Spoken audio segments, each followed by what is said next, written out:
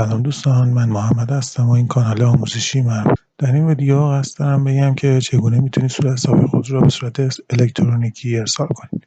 ارسال صورت حساب الکترونیکی یکی از الزامات قانونی نظام مالیاتی نوین ایران که برای تسهیل در امور مالیاتی و کاهش هزینه‌ها و زمانبر بودن فرآیند صورت حسابدهی سنتی طراحی شده. پس با من همراه باشید تا بیشتر درباره این موضوع بدونید.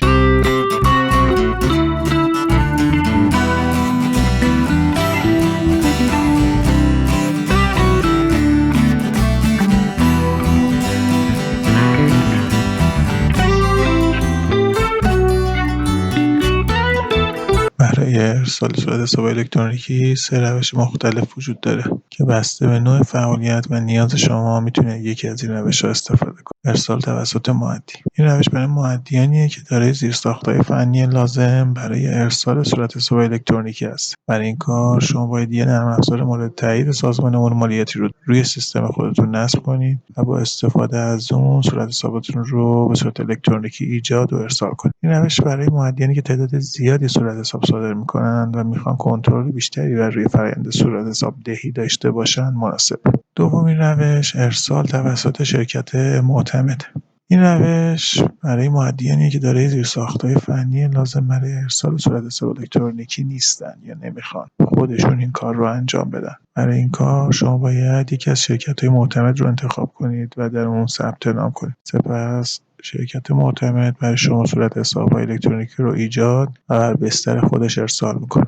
این روش برای مؤدیانی که تعداد کمی صورت حساب صادر میکنن و میخوان از هزینه و زمانبر بودن فرآیند صورت حسابدهی صرفه‌جویی کنند هم مناسبه. از مزایای اون میتوان به وجود واحد پشتیبانی در صورت ایجاد خطا اشاره کرد که معمولاً توی خود شرکت معتمد وجود داره و ضمناً پس از بارگذاری اطلاعات صورت حساب بر بستر ارائه شده شرکت معتمد حتی به دلیل مشکلات فنی و ایجاد خطا در سیستم اگر صورت حساب برای سازمان ارسال نشه جریمه‌ای به مؤدی تعلق نمیگیره. سومین روش ارسال از طریق سیستم حسابداریه. این روش برای مؤدیانیه که از یه سیستم حسابداری برای مدیریت امور مالی خودشون استفاده میکنن. برای این کار شما باید از یه سیستم حسابداری که با سامان این مؤدیان سازگاره استفاده کنید و با استفاده از ماژول مخصوص اون سیستم مالی صورت حسابتون رو به صورت الکترونیکی ایجاد و ارسال کنید. این روش برای مؤدیانی که میخوان از امکانات سیستم حسابداری خودشون برای صدور صورت حساب‌ها و صورت حسابدهی بهره ببرند مناسبه. از معایب این سیستم عدم وجود پشتیبانی در صورت بروز خطا در سیستم. دومین موردش هم تخصیص جرایم به دلیل ایجاد مشکلات فنی در صورت عدم ثبت صورت حساب‌ها در کارگوشه مؤدی در زمان پیش بینی شده جهت ارسال صورت حساب توسط سازمان میباشد.